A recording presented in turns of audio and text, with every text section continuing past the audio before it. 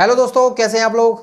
आज हम पढ़ने वाले हैं फ्यूचर परफेक्ट कंटीन्यूअस टेंस में इंटेरोगेटिव सेंटेंस और इंटेरोगेटिव एंड नेगेटिव सेंटेंस की अंग्रेजी बनाना। तो आज का वीडियो बहुत शानदार होने वाला है।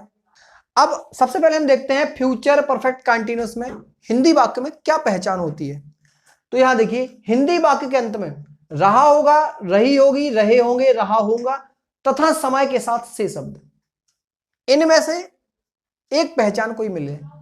दूसरी पहचान है कि हिंदी वाक्य के अंत में खड़ा होगा, पड़ा होगा, लेटा होगा, बैठा होगा, पीड़ित होगा तथा समय के साथ से शब्द लिखा हो। इनमें से कोई एक पहचान मिले। इन दोनों पहचान में से कोई भी एक पहचान हमारे वाक्य के अंत में लिखी है तो वह वाक्य क्या होगा? Future perfect continuous. Future perfect continuous में दो हेल्पिंग वर्ब यूज होती हैं, शैल हैव बीन और will have been. Shall have been का यूज फर्स्ट पर्सन सब्जेक्ट के साथ किया जाता है और विल हैव बीन का यूज सेकंड पर्सन और थर्ड पर्सन सब्जेक्ट के साथ करते हैं। इसके बाद जो हमारी मेन वर्ब है, तो इस टेंस में वर्ब का आईएनजी फॉर्म यूज किया जाता है और जो टाइम है वो टू टाइप्स का होता है, डेफिनेट टाइम और इनडेफिनेट टाइम। तो डेफिनेट टाइम के पहले सिंस लगाते हैं और इनडेफिनेट टाइम के लिए फॉर का यूज करते हैं। आज हम पढ़ने वाले हैं इंटेरोगेटिव सेंटेंस और इंटेरोगेटिव एंड नेगेटिव। तो पहले देखते हैं इंटेरोगेटिव सेंटेंस। इंटेरोगेटिव सेंटेंस के लिए हमारा स्ट्रक्चर होगा, सबसे पहले विल शैल, जो हमारी हेल्पिंग वर्ब है विल हैव बीन और शैल हैव बीन, उसमें तीन शब्द हैं, शैल, हैव और बीन, विल, हैव और बीन।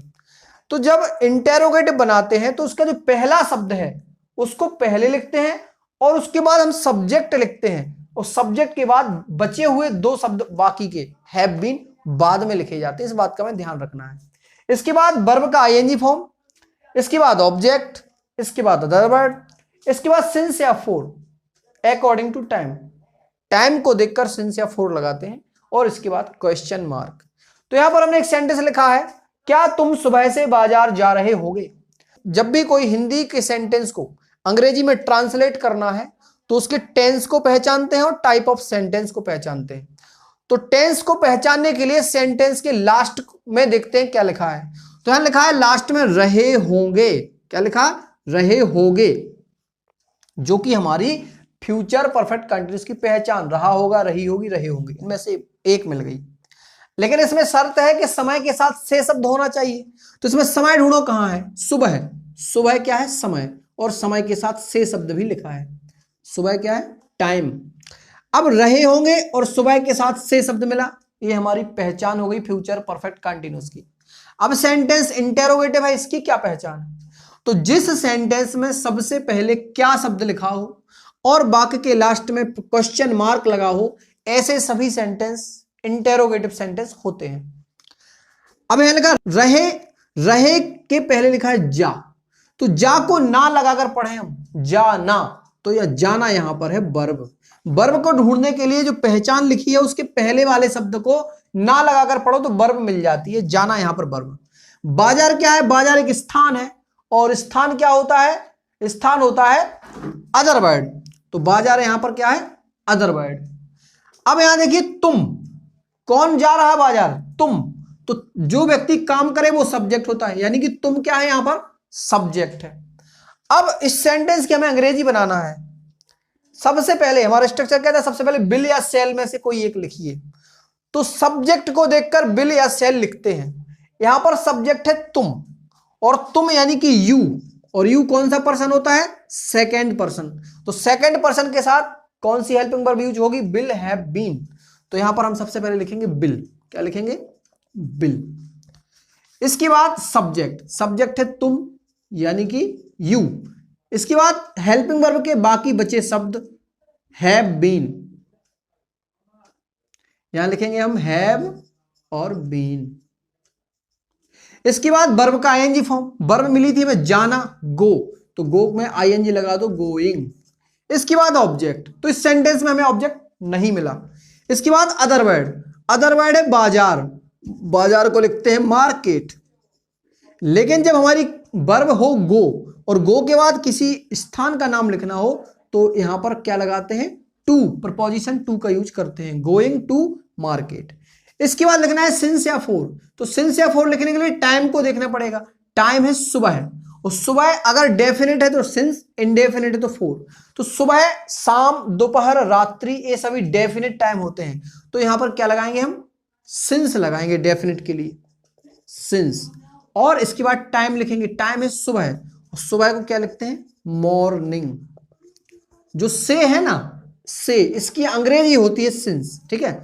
तो सिंस मॉर्निंग मतलब सुबह से। एक सेंटेंस हम और लेते हैं, क्या हम 2 घंटे से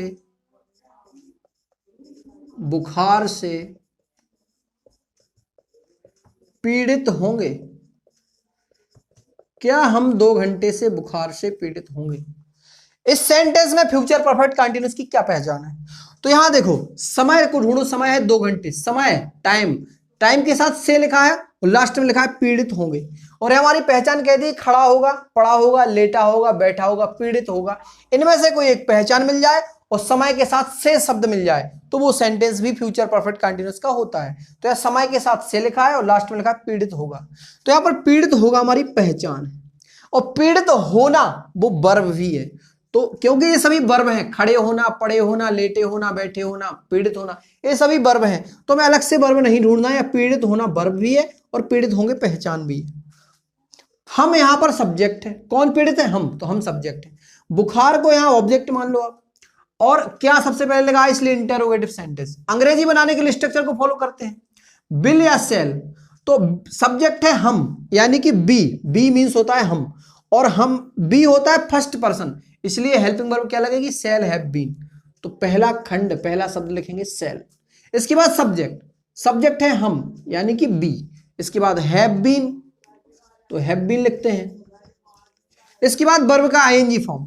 वर्ब क्या है यहां पर? वर्ब है पीड़ित होना, और पीड़ित होना के लिए क्या लिखते हैं? सफर, सफर, सफरिंग मीन्स पीड़ित।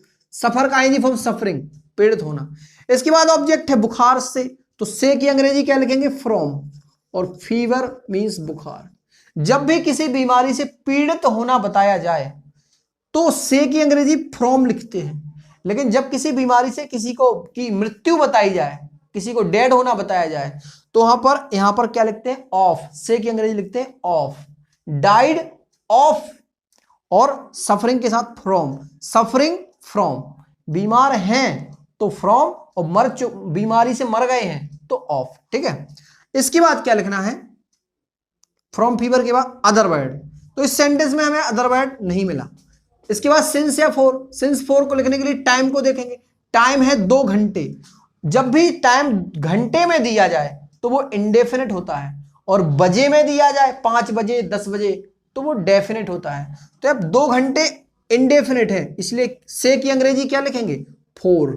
तो से के लिए क्या यूज करेंगे? 4। और 2 घंटे के लिए लिखते हैं 2 आवर्स। और लास्ट में यहां पर भी क्वेश्चन मार्क लगेगा, और लास्ट में यहां पर भी क्वेश्चन मार्क, ठीक है। इसके बाद हम देखते हैं इंटेरोगेटिव एंड नेगेटिव सेंटेंस की अंग्रेजी बनाना। तो इसके लिए हमारा स्ट्रक्चर होगा, सबसे पहले बिल सेल, इसके बाद सब्जेक्ट, इसके बाद नॉट।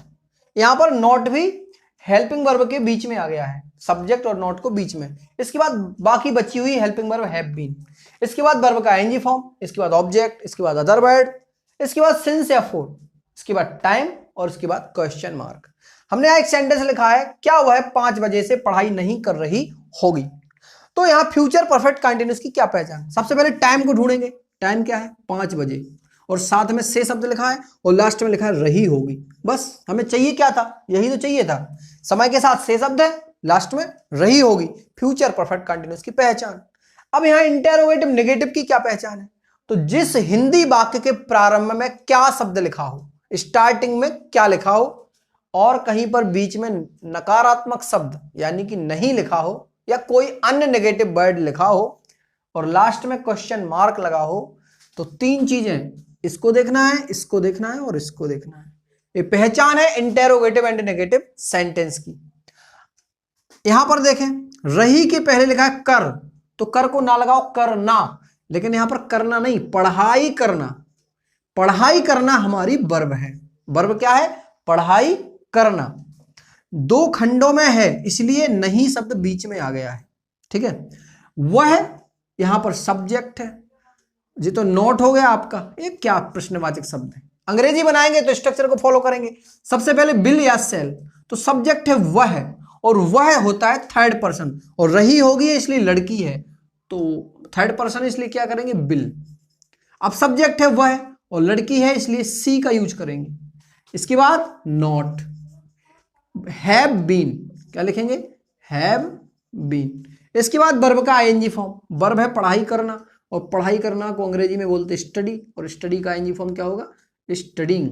इसके बाद ऑब्जेक्ट, ऑब्जेक्ट इस सेंटेंस में तो कुछ मिला ही नहीं है, तो लिखेंगे अदर वर्ड, अदर वर्ड भी नहीं मिला, तो सिंस या फोर। टाइम को देखकर, टाइम है 5 बजे और बजे में टाइम है यानी डेफिनेट है, तो से की अंग्रेजी, इस से की अंग्रेजी क्या लिखेंगे सिंस, तो लिखेंगे सिंस, ठीक है।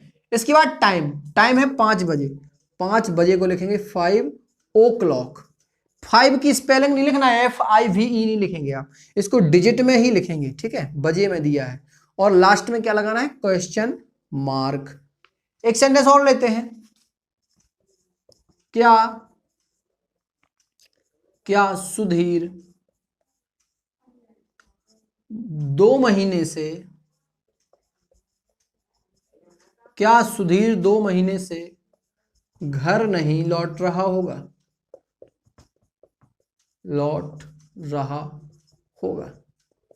इस सेंटेंस में देखिए टाइम है 2 महीने और टाइम के साथ से भी लिखा है और लास्ट में लिखा है रहा होगा, जो कि फ्यूचर परफेक्ट कंटिन्यूअस की पहचान। रहा के पहले लिखा है लौट, तो ना लगाकर पढ़ेंगे लौट ना, हमारी वर्ब। कौन लौटेगा सुधीर, तो सुधीर सब्जेक्ट है, घर स्थान है इसलिए अदर वर्ड है, और क्या और नहीं इंटेरोगेटिव नेगेटिव की पहचान है। अंग्रेजी बनाने के लिए हम स्ट्रक्चर को फॉलो करेंगे, तो सबसे पहले बिल या सेल। अब यहां सुधीर सब्जेक्ट है हमारा, तो सुधीर किसी का नाम है और नाम होता है थर्ड पर्सन, और थर्ड पर्सन के लिए बिल यूज करते हैं। क्या यूज करते हैं बिल। जब भी आप हेल्पिंग वर्ब का यूज करो तो पहले सब्जेक्ट को देखा करो, तो सब्जेक्ट है सुधीर थर्ड पर्सन इसलिए बिल। बीच में क्या आएगा सुधीर सब्जेक्ट सुधीर। इसके बाद क्या आना है नॉट, इसके बाद आना है नॉट, इसके बाद हैव बीन, हैव बीन। इसके बाद वर्ब का आईएनजी फॉर्म, वर्ब है लौटना, लौटना को क्या बोलते हैं रिटर्न, और रिटर्न का आईएनजी फॉर्म क्या होगा रिटर्निंग। इसके बाद ऑब्जेक्ट, तो इस सेंटेंस में हमें ऑब्जेक्ट तो नहीं मिला लेकिन अदर वर्ड है घर, returning the home, home means क्या होता है घर। इसके बाद सिंस या फोर, तो टाइम को देखो, टाइम है 2 महीने, महीने की संख्या बताई गई है तो इंडेफिनिट टाइम है। यदि महीने का नाम दिया होता जनवरी फरवरी या किसी भी महीने का नाम तो होता डेफिनेट, तो यह संख्या है महीने की इसलिए इंडेफिनिट टाइम है, और इंडेफिनिट टाइम में से की अंग्रेजी क्या होती है 4, तो यहां क्या लिखेंगे हम 4, इंडेफिनिट के लिए 4 लिखा। इसके बाद समय टाइम, टाइम 2 महीने, और 2 महीने को क्या लिखेंगे 2 मंथ्स, और लास्ट में क्वेश्चन मार्क। तो आज इस वीडियो में हमने फ्यूचर परफेक्ट कंटीन्यूअस के इंटेरोगेटिव सेंटेंस और इंटेरोगेटिव एंड नेगेटिव सेंटेंस की अंग्रेजी बनाना सीखा है। आशा है कि आपको वीडियो पसंद आई होगी। अगर आप हमें कोई सुझाव देना चाहते हैं तो उसके लिए आपका स्वागत है।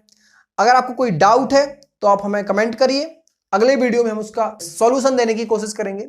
अपने दोस्तों में वीडियो को शेयर कीजिए और चैनल को सब्सक्राइब कीजिए। Thanks for watching.